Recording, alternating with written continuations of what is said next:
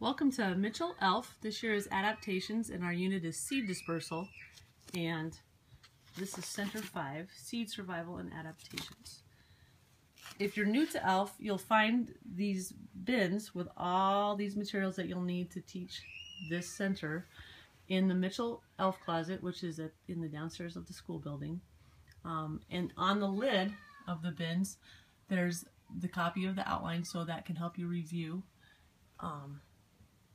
In case you forget, always please try to leave the bins in good condition, everything organized, put back where it belongs, so that it's ready for the next volunteers and next class.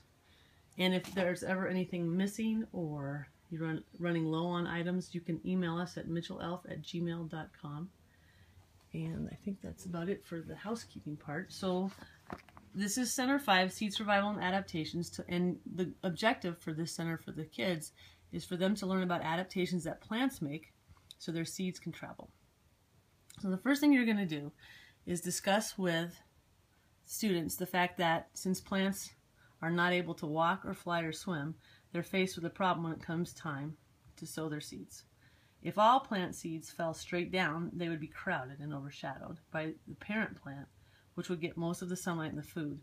So they've got to figure out a way to travel to a new place. So plants have evolved a variety of different adaptations so they can spread their seeds, and that's what you're going to try to make the kids aware of as you discuss and then create. So after you've kind of brainstormed with them and got them just thinking about the fact that, oh yeah, that's right, seeds need a way to travel, you can get out this sheet, How Seeds Travel, and it has examples of how seeds travel by wind, animals, water, by bursting, and even by humans.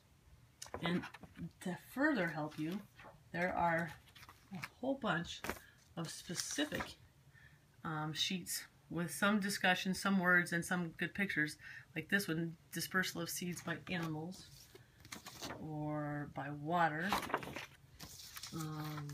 or by the wind.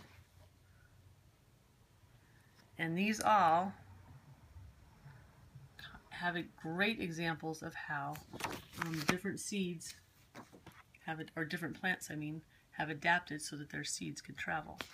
So there's hopefully a whole bunch of handouts, or not handouts, but laminated sheets that will help you further your discussion and show the kids some examples of how seeds travel and how plants have adapted.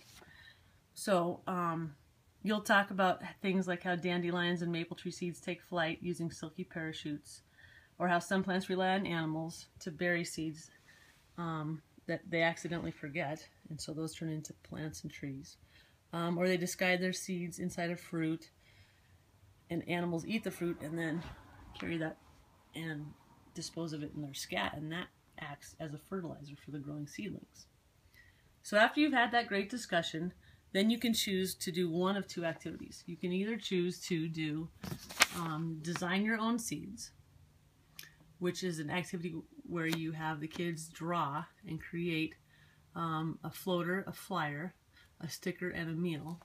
And so there are examples of what those might look like. There's a sticker and a flyer. And it's up to you as to whether or not you let them turn them into superheroes or just seeds. A floater, I forget the fourth one. Okay, yeah, or a meal. Yeah. So you can choose to do that activity with your kids, or you can choose to have them do the adapt a seed activity. And with this one, you're going to draw adaptations for the seeds, which in this one comes with a ready-made seed, and then they just draw onto that. So this one, you would draw an adaptation to help me shoot into the air or float on water. This one to fly in the wind, and so on. So you can choose whichever one of those activities you'd like to do with the kids. And then you can also use the books that are here. You could read Flip, Float, and Fly while the kids are drawing. And then if you have extra time, you could have all but the youngest kids, the kindergartners and maybe the first graders, might have a hard time doing it, but you could write for them. You could have them write the name of their seed creations and maybe a sentence or two describing the adaptations. So for example, you might say, my swirligig seed has a long spiral stem in the middle to help it spin in the wind. And so that's pretty much it for this center. There are markers and colored pencils in here, but you might use some from the classroom as well. Make sure kids put their name on the paper, and you can collect those and give them to the teacher for Friday folders. And if you have any questions, you can email us at mitchellelf@gmail.com. If you run out of copies of these, please let us know, or you can go up to the copier and use the PTA code 19540 and make some copies. Have fun!